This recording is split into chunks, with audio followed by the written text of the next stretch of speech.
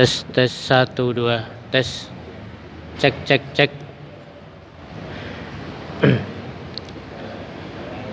Assalamualaikum warahmatullahi wabarakatuh. Alhamdulillahilladzi arsala rasulahu bil huda wa dinil haqq liyudhhirahu ala dini kullih wa kafa billahi syahida. Asyhadu an la ilaha illallah wahdahu la syarikalah wa asyhadu anna Muhammadan abduhu wa rasuluh. Allahumma salli wa sallim ala nabiyyina Muhammadin wa ala alihi wa ashabihi ajma'in. Allahumma inna nas'aluka ilman nafi'a wa rizqan thayyiba wa amalan mutaqabbala.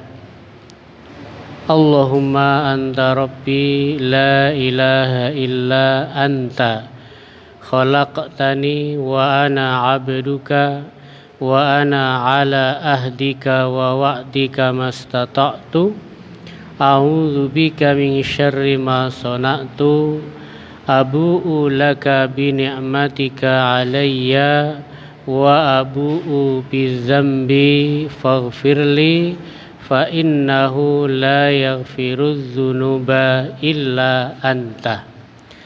Hadirin jamaah salat maghrib yang dirahmati Allah Subhanahu wa taala.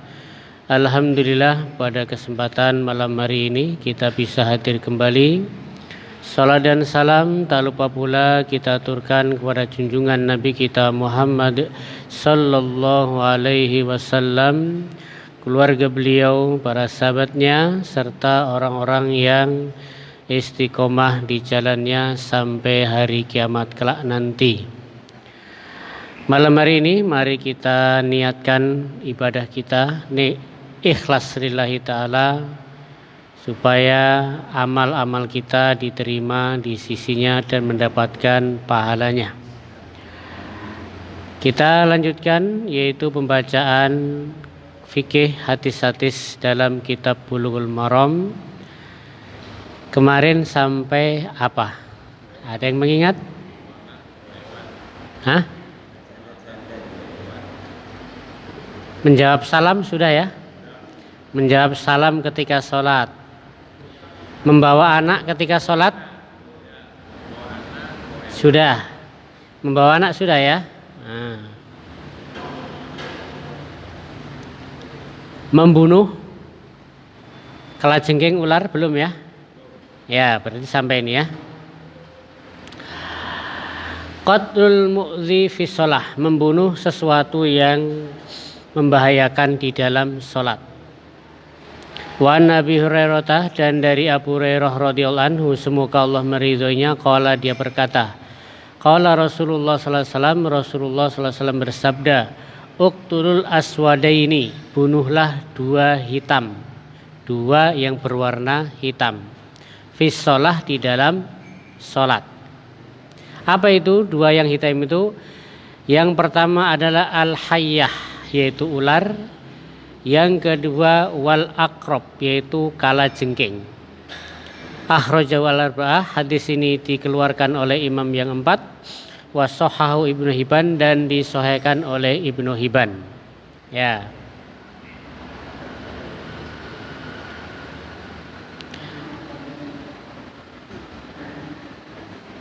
Ya, jadi hadis ini uqtulul aswadain, bunuhlah dua yang berwarna hitam. Ya, yaitu dimutlakan kepada ular dan kalajengking lau ayyi ala ayyi laun kana, yaitu warna apa saja. Jadi bukan hanya yang hitam saja, ular yang hitam. Nah, karena ada yang tidak hitam berbahaya juga kan. Ya, kalajengking rata-rata hitam, biru tua ya, biru tua. Apa? Ular ya, ya. Yang dimaksud dua ini di sini dimutlakan pokoknya ular dalam kalajengking warna apa saja. Walaupun di sini pakai aswadain. Ya. Fikih hadis pertama, jawazu qatlil hayya wal aqrab fi shalah min ghairi karohah. Bolehnya membunuh ular dan membunuh kalajengking di dalam sholat dan itu tidak makruh. Ya. Tapi wallahu alam ya, prakteknya kayak apa? Ya. Kadang kalau ular lari-lari kesana juga kita lari-lari, wallahu alam ya seperti apa? Ya.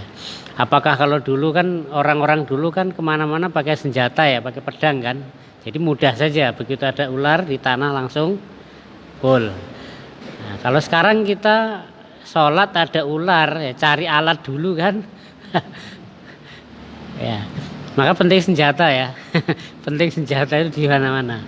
Apalagi kalau mungkin di hutan ya, pakai parang ya kan? Udah senjata taruh sebelahnya. Nah, jadi sewaktu ada ular itu sudah, tidak usah nyari bingung. Ya. Nah, tapi kalau di masjid susah juga ada ular gitu ya lari semua kan, bubar. Kalau bubar ya sholatnya batal kan ya. Ya, berarti ini pokoknya sekedar membunuh lah ya, sekedar membunuh itu tidak boleh, boleh tidak membatalkan sholat. Walaupun itu gerakan itu kan bukan gerakan sholat kan. Kalau kalajengking mungkin ada mudah, kalajengking kan larinya tidak begitu kenceng kan, mungkin 1 langkah 2 langkah bisa dipukul. Tapi kalau ular itu larinya kan kenceng biasanya. Nah kalau kenceng lari-lari, sempat kejar-kejaran ya batal sholatnya ya. Itu. Ya. Hah? Ya dari sini boleh ya, boleh. Kenapa diperbolehkan? Karena apa? Keduanya itu bisa memudorotkan, ya, bisa membahayakan. Maka sesuatu yang membahayakan boleh dibunuh, boleh ya, boleh. Bukan sunnah, tapi boleh. Pokoknya sesuatu yang membahayakan itu boleh dibunuh.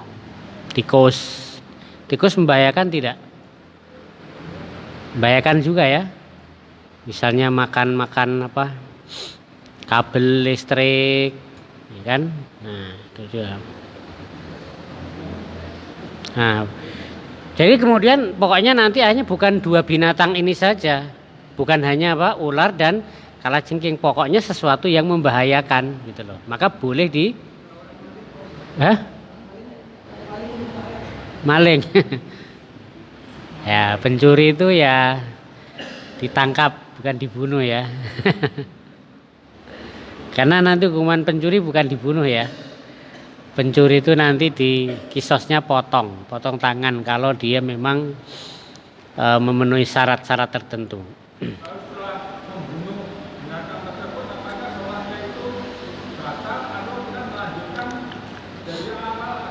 Lanjut ya. Karena ini tidak membatalkan. Kalau membatalkan otomatis diulang dari awal ya. Ya lanjut ya. Langsung lanjut. Ya, kalau batal otomatis kan ngulang ya dari awal gitu. Tapi ya tentunya tidak sambil berkata-kata ya, teriak-teriak ya.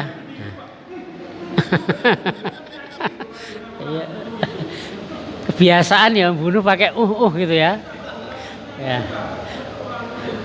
Akhirnya kena gitu ya.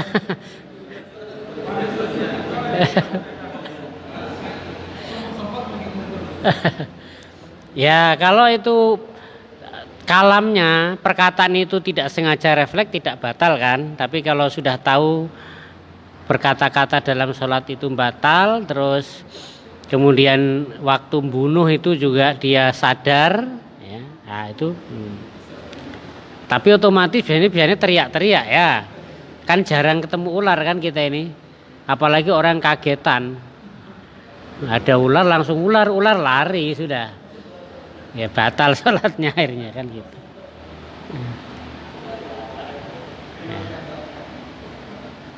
Nah ini yang kedua, la tafsudu sholah. Sholat tidak rusak. Artinya tidak rusak itu tidak batal. Inda qatil haya wal aqrab, ketika membunuh ular dan kalajengking dan yang selain keduanya, itu tidak membatalkan sholat, tidak merusak sholat. Rusak sholatnya itu berarti harus diulang. rusak sholatnya. Kenapa? Li'annahu amalun rahsun, karena itu adalah perbuatan yang ringan bagi orang yang sedang sholat. Ya. Dan itu perbuatan yang mubah, meskipun dia bukan bagian daripada sholat. Dan itu perbuatan yang kecil. Ya kan seperlunya saja kan, seperlunya. Kalau sudah mati ya sudah. Nah ini yang ketiga nih, inna qatal aqrab wal haya, sesungguhnya membunuh kalajengking dan ular dan yang semisal keduanya itu mandub fi shalah, bahkan dianjurkan. Ya. Dan sebagian lain mengatakan innahu wajibun, itu wajib juga, ada yang mengatakan wajib. Ya. Dari mana? Lisi gotil amr, karena bentuknya itu perintah. Nah, kalau perintah itu bukan mubah. Perintah itu kalau tidak wajib sunnah kan gitu. Uqtulu, bunuhlah. Nah, itu bukan boleh, bukan mubah. Kalau boleh atau mubah itu berita saja. Kalimatnya pakai berita. Ini pakai apa? Kata perintah. Uqtulu, bunuhlah. Berarti apa? Kalau tidak wajib sunnah gitu loh.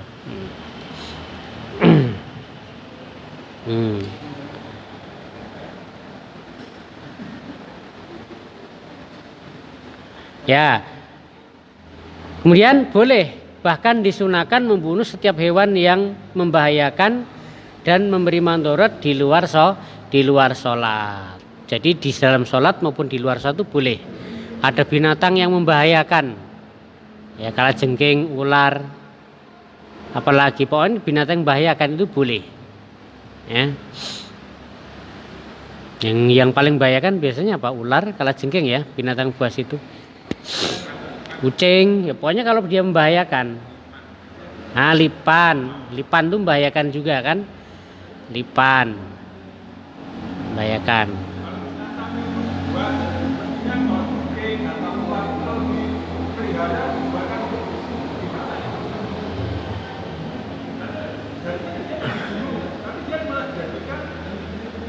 Ya,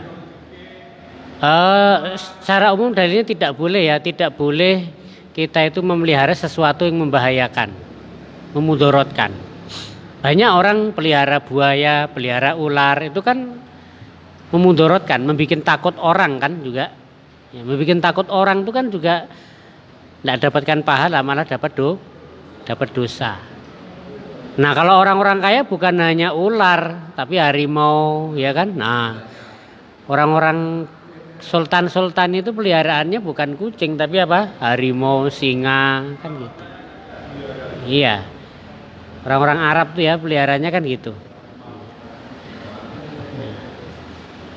Karena sejinak-jinaknya binatang yang bias, tapi asalnya dia kan tetap buas kan. Satu saat pun bisa apa? Bisa kembali instingnya buas. Tidak sedikit pelatih penjinak binatang itu hanya apa? Dimakan oleh buah. Ya.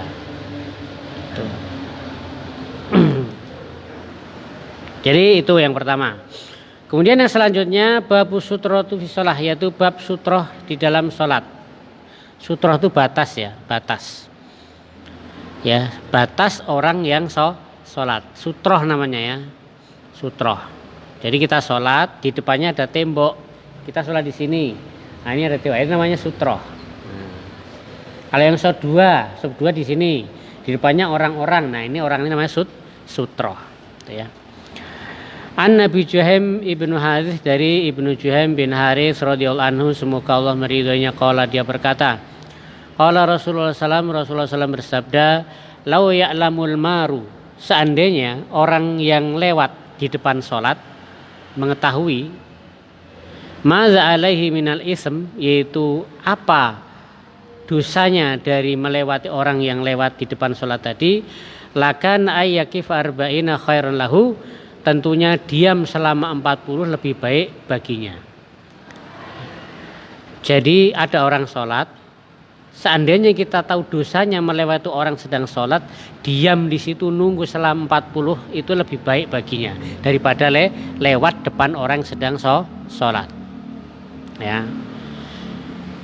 Min ayyamu robeniyati, yaitu apa? Dari melewati antara orang sholat dan sutroh. Muttafaqun alaih, hadis ini diriwayatkan oleh Imam Bukhari dan Muslim.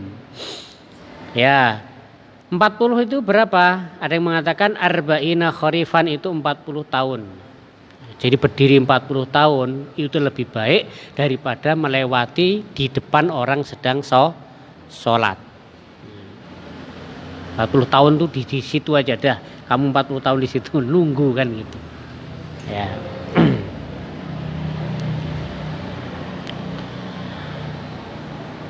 Ya. Nah, 40 ini ada yang mengatakan arba'ina yauman 40 hari. Arba'ina syahron 40 bulan, dan ada yang mengatakan 40 tahun, ya. Karena hadisnya arba'ina 40 saja. Ya, sungguh seseorang itu diam selama 40 lebih baik daripada melewati di depan orang sedang sholat. 40 apa?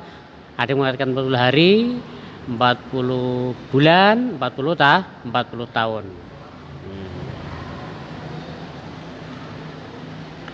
Fikih hadis pertama, an-nahyul akyat, larangan yang sangat keras, al-wa'id, dan ancaman asadid yang keras. Bagi siapa? Alaman yamuru baina yadil musalli, yaitu orang yang melewat di depan orang sedang sholat. Ada orang sholat, wa annahu haramun, dan itu adalah haram. Larangan di sini bermakna haram. Haram itu berarti apa? Dosa. Ya. Salah satunya apa? Hikmahnya. Hikmahnya banyak kenapa dilarang melewati orang sedang sholat. Salah satunya karena mengganggu orang sedang sholat. Hikmahnya salah satunya. Lagi sholat lewat depannya, kan? Nanti lewat depannya lagi kan terganggu kan? Nah, maka itu hikmahnya saja. Hikmahnya. Kalau hadisnya tidak menerangkan kenapa. Tapi para ulama, hikmahnya salah satunya apa? Itu. Ya. Nah, nanti ada keterangan ya, ada keterangan. Nah, ada tingkatan-tingkatan. Yang pertama apa? Yang paling afdol apa? Nanti bawahnya apa? Yang paling akhir itu apa? Gitu ya. Ini dah. Ya. Wuridut idda hadis fi mad'il sutra bainal musalli. Banyak riwayat hadis-hadis hadis yaitu untuk meletakkan sutroh di depan orang yang sedang sholat. Hadis ini banyak, ya. Pertama apa? Min jidarin, pertama tembok. Nah, tembok ini sutroh ini, tembok, ya kan? Nah, sutroh. Ya, au sariatin. Sariatin itu apa ini? Nah, tiang, itu juga bisa. Berapa jaraknya antara orang sholat dengan sutroh tadi? Jaraknya, ya, jaraknya di sini mengatakan yaitu salah satu azro, 2/3 ziro. 2/3 ziro. 1 ziro itu 1 ziro ini ya. 1 ziro itu ini. 1 ziro gini. Kok bukan 2/3 ya? Apa namanya? Sulusah. 3 kalinya ya maksudnya ya. 3 kalinya, 3 kali ini. Kalau segini kan sempit aja kan. Kita sujud enggak sempat. Ya, 3 kalinya ini. Ya mungkin kalau sholatnya di sini kan, ini biru kan, ini kan. Nah, ya sudah 3 kali ini. 1, 2, ini 2 ini 2, sekitar 2 ini berarti sekitar 100 ya, 100 cm. Tapi sudah cukup kalau orang Indonesia kan. Orang Indonesia cukup karena posturnya kan enggak tinggi-tinggi. Kalau orang-orang Arab ya mungkin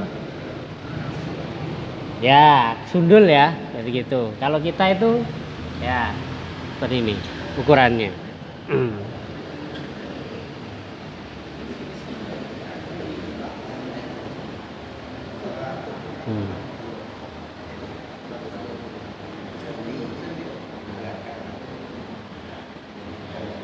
Ya, artinya itu, dan tidak boleh terlalu panjang lebar juga ya. Terlalu lebar juga sampai 2 meter kan gitu enggak. Ya, kalau sini ya sutrohnya jangan itu, kalau sini ya sutrohnya sini kan begitu.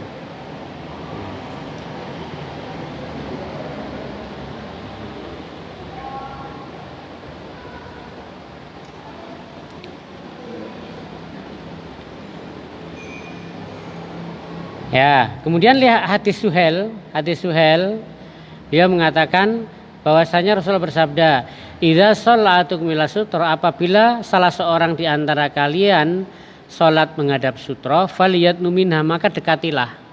Hanya dekat dengan sutroh gitu loh. Misalnya kita mau salat di sini. Nah, sutrohnya mana, tembok, ya sudah dekat dengan sutroh kan begitu. La yaktai syaitan alai sholatu. Kalau sudah seperti itu, setan tidak akan bisa memotong sholatnya. Ya. Dalam hadis yang lain, riwayat Sahal bin Sa'id As-Sa'idi, dia berkata, kana baina yati musalli Rasulullah SAW, antara tempatnya Rasulullah SAW sholat dan dinding itu apa, marusyah, yaitu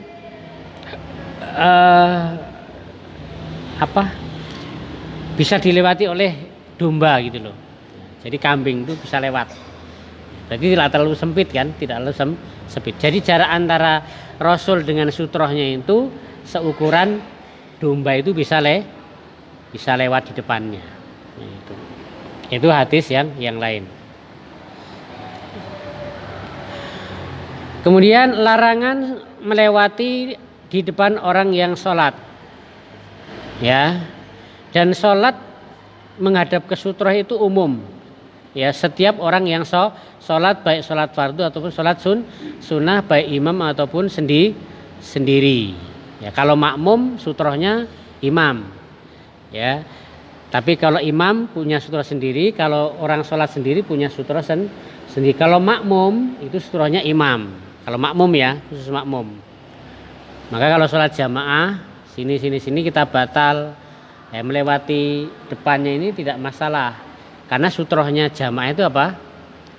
Imam kan begitu, yang boleh lewati depan imam. Nah, kalau sendiri atau jadi imam, ya dia sutrohnya di depannya. Tuh.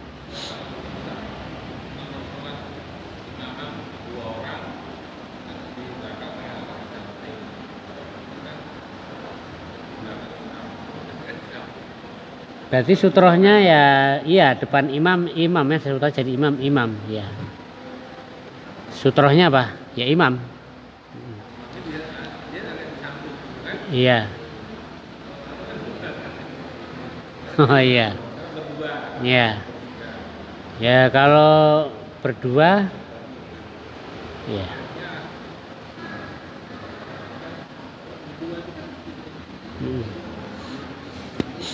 Ya.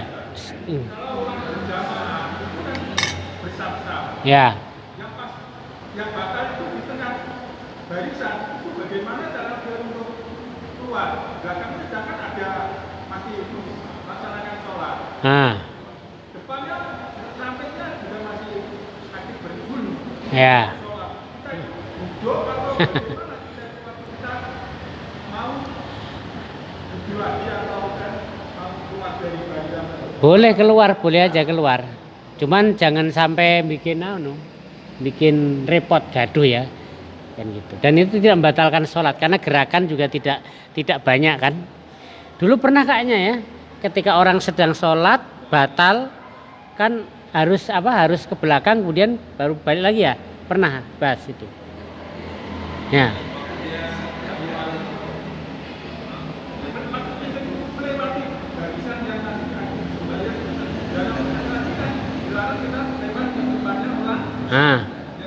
Ya.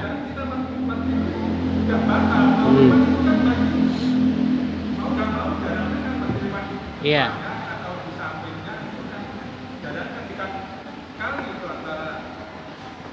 Ya, kalau jamaah sutrohnya imam sana. Shop kan 1, 2, 3. Nah, sutrohnya jamaah itu imam sana. Depan imam itu yang tidak boleh dilewati. Kalau jamaah.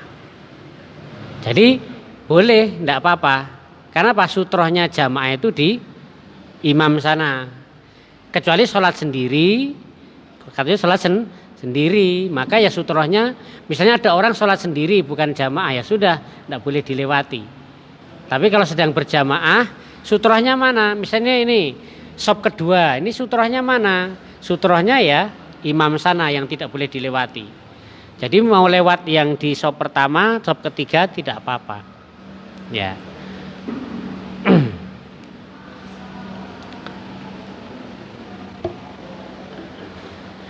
Nah, sekarang ukuran sutroh tingginya berapa, itu ya, berapa tingginya. Kalau tadi kan jaraknya ya, jaraknya. Ya. Miqdaru sutrul musalli yaitu ukuran sutroh bagi orang yang sedang sholat. Wa Aisyah radhiyallahu anha, dan dari Aisyah semoga Allah meridhoinya, qalat, dia berkata, su'ila Rasulullah SAW ditanya fi ghazwati Tabuk, pada perang Tabuk, an sutratil musalli, tentang sutrohnya orang yang sholat. Faqala, dia mengatakan, mislu muakhiratir rahli, yaitu seperti akhir pelana, akhrajal Muslim. Jadi kalau kendaraan di Arab tuh onta, itu kan ada pelananya. Nah, di belakangnya itu ada semacam ini. Untuk apa? Nah, untuk senderan ini kan. Nah, onta itu gitu. Jadi onta itu ada pelananya, terus di belakangnya ada kayak gini, senderan. Nah, ukuran tingginya sutroh itu seperti ini. Seperti apa? Sandaran tempat duduk tadi. Kalau ini berapa ini? Nah, ini sudah bisa disutroh ini. Tingginya maksudnya ya. Setinggi ini ukurannya. Ya. Pertama, fikih hadis. An-nabdu ila wadi sutra bainal musalli ka'asa wa nahwiha. Ya. Jadi di sini sunnah, hukumnya sunnah. Jadi memasang sutroh itu hukumnya apa? Sunnah, tidak wajib. Atau sholat menghadap sutroh itu bukan wajib tapi sunnah. An-nadbu ila wad'il sutroh, sunnah untuk meletakkan sutroh di depan orang yang sholat. Ya. Seperti apa? Misalnya dengan tongkat atau yang semisalnya. Yang semisalnya yang setinggi inilah. Setinggi apa? Itu semisalnya. Apa itu? Ya. Wa idza maro baini maro fadah. Maka kalau sudah pakai sang sutroh tadi, sudah sholat di depannya pakai sutroh, ada orang lewat, maka tolaklah dia. Ya, tolaklah dia, dan ketika dia menolak, sholatnya tidak batal. Kan begini, jangan lewat, kan gitu kan? Tidak boleh. Nah, itu tidak batal. Walaupun itu bukan perbuatan sholat ya, bukan perbuatan sholat. Tapi itu tidak membatalkan sholat. Ya.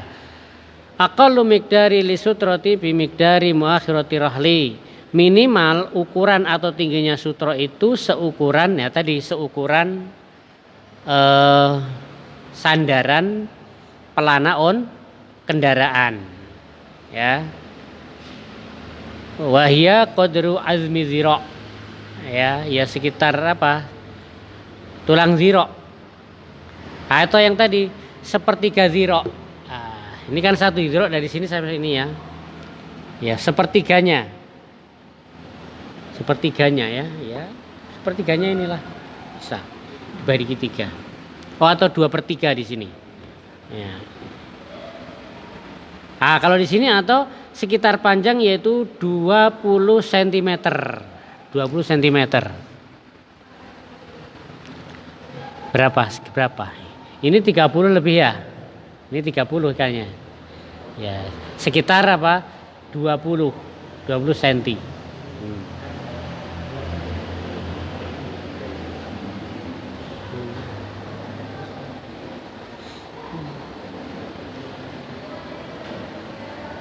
Wa yasulu bi syai', dan itu bisa dengan apapun.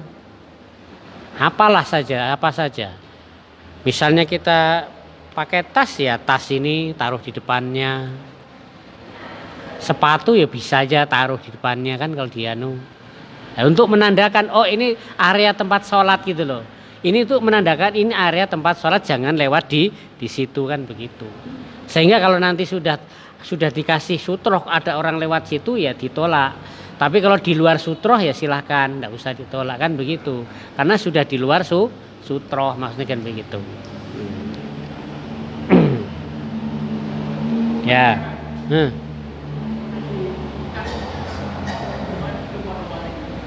Di mana? Ya di Mekah memang tidak bisa ya. Tidak bisa, apalagi kalau di halaman ya kan. Ada yang sholatnya terlambat, ya kan, kisah sudah salam, yang lain belum, kan begitu kan. Nah, mungkin kondisi darurat itu ya, khusus gitu ya. Ya, dilangkai nggak bisa. Ya. Tapi kalau di dalam masjidnya mungkin teratur kan shop-shop sudah teratur ya. Yang tidak teratur itu mungkin ya di luarnya ya, atau di dalamnya juga. Ya kalau misalnya bisa dihindari, ya kan. Apalagi kalau di dalam kan mungkin ada shop-shop sudah lihat. Kalau kira-kira mau lewat ada orang sholat, oh sudah lewat belakangnya kan begitu.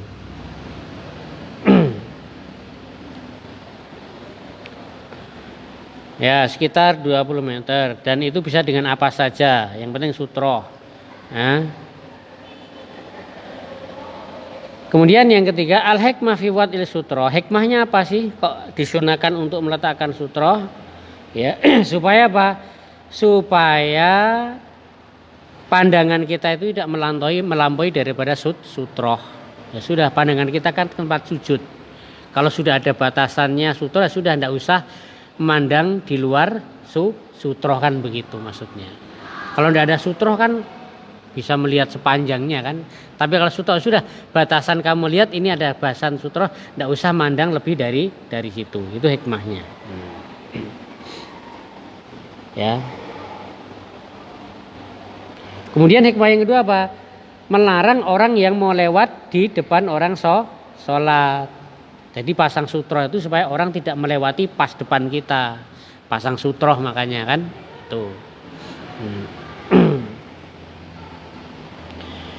Yang selanjutnya yang bagil musalli ayyadanu limina sutroh. Hendaknya orang yang sholat itu mendekati sutroh. Hendaknya itu berarti sunnah. Anjuran, hendaknya kalau kita sholat itu dekat dengan sutroh sehingga nanti tidak ada orang lewat di depan kita. Itu untuk menghindari itu sebenarnya ya. Untuk menghindari seperti itu. Dan panjang surah itu di antara sutroh dan orang sholat itu hendaknya tidak lebih dari 3 zira'. Ya 3 zira', 3 ini. 2, 3, terlalu panjang. Maka ini tadi dukur kan cuma 2 saja ini. Ya kan? Dari sini tempat sholat 1, 2. Nah, ini 3. Cukup ya, pas 3 ini ya. Jangan terlalu panjang juga ya. Maka kalau pasang sutroh ya jangan lebih dari apa? 3 zira'. Gitu. Nanti kalau ada orang lewat mau gini enggak sampai tangannya. Ya kan? Enggak sampai.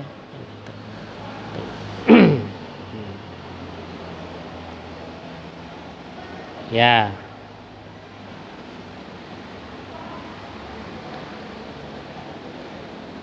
Kemudian yang kelima, apabila tidak mendapatkan tongkat, misalnya ini kan di luar ya, di lapangan.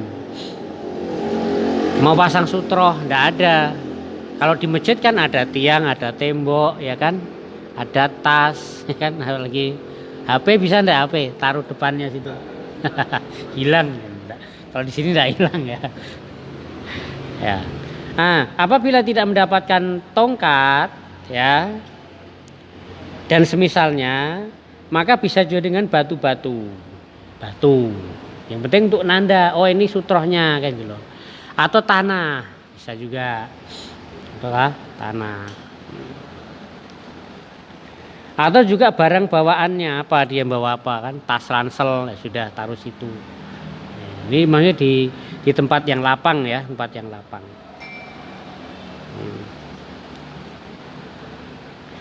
Kalau itu tidak ada sama sekali, fal yabsut musalli, maka dalam buat garis. Nah ini garis tadi.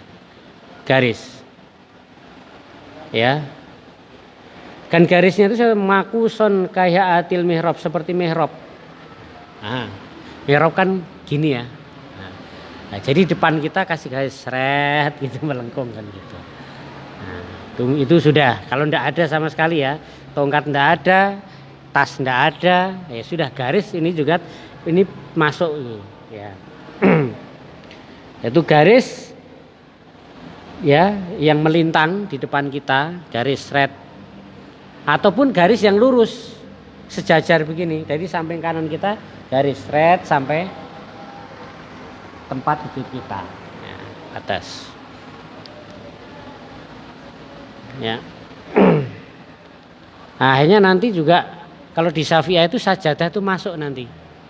Orang begitu sudah menggelar sajadah gitu kan, nah itu sudah otomatis ini area sholat saya kan begitu. Itu sudah melebihi kayak sutroh garis tadi. Bahkan bukan hanya melengkung tapi sudah ini gitu. Sutroh. Kemudian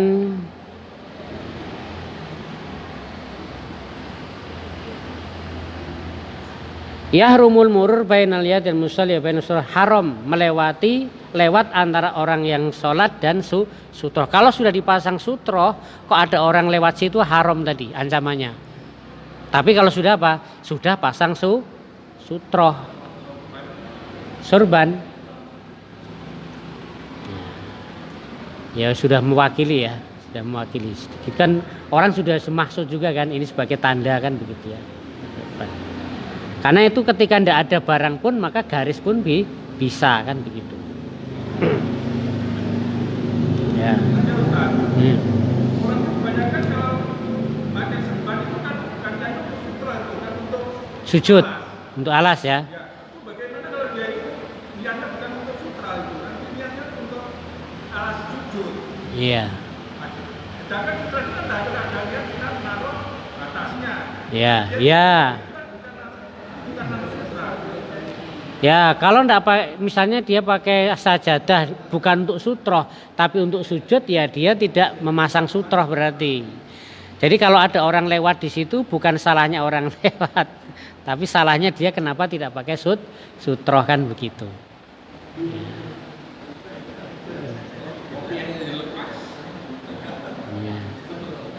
Ya, kalau deket-deket oh ini berarti tempat sujud, tapi kalau agak jauh ini sutroh kan begitu ya. Sutroh. Ya tergantung tadi niatnya tadi, ini untuk sutroh atau untuk tempat sujud. Ya. Nah, kalau sudah ada sutroh itu haram melewati tadi, ancamannya berdiri 40 hari, 40 tahun lebih baik daripada melewati orang sedang sholat. Tapi kalau sudah pasang sutroh. Kalau ada orang sholat sunnah di tengah-tengah situ kan, tidak ada sutroh kan biasanya. Ya sudah, orang bisa bebas lalu lalang lewat. Tidak boleh, kenapa? Tidak ada sutrohnya kok kan begitu. Ya kan. Kalau sudah pasang Anda karena yang sholat teledor karena dia tidak pasang sutroh kan begitu.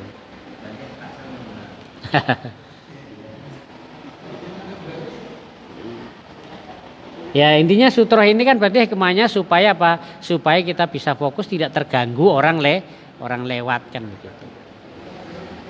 Nah kan di sini tidak sampai wajib ya, di awal sini tidak sampai wajib. Nah ini selanjutnya, kalau sudah pasang sutroh, disunahkan bagi orang yang sedang sholat untuk menolak, menghalangi orang yang lewat di depannya. Kalau sudah pasang sutroh, ada orang lewat, sunnah, menghalangi ini sunnah. Sekali lagi sunnah. Ya. Nah, nanti anak kecil tidak masuk kayaknya nih, yang masuk itu. Karena nanti yang membuat rusak itu ada wanita, ada anjing dan sebagainya. Nanti ada hadis berikutnya. Karena saya hadis bagaimana nanti akan datang hadis berikutnya. Apabila orang yang sholat itu tidak memasang sutroh di depannya, atau mungkin dia tidak sholat, mungkin tidak mendekat tembok atau tiang itu, berarti kan dia tidak masang sutroh kan. Maka apabila ada orang lewat di situ, ya apa? Maka pendapat yang paling sahih itu bahwasanya dia tidak berhak untuk melarang juga karena dia tidak pasang sutroh masalahnya. Dan tidak haram bagi orang yang lewat di depannya. Kenapa? Dia tidak pasang sutroh. Ya, tapi kalau kita paham, walaupun dia tidak pasang sutroh ya jangan deket-deket lewatnya ya, agak jauh-jauh seperti itu kan gitu. Walaupun dia salah tidak pasang sutroh kan, ya sudah menghindar lebih baik.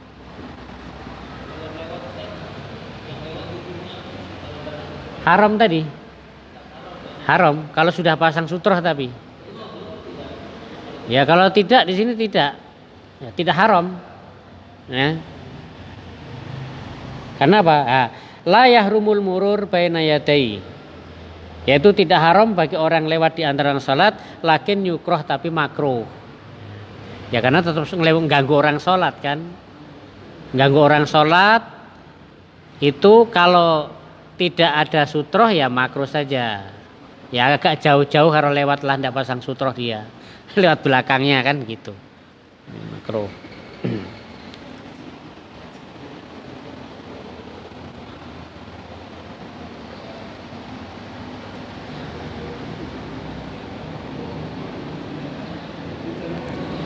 Masih berapa menit? Isa 5 menit. Satu lagi kah? Ya, sutroh lagi masih sutroh.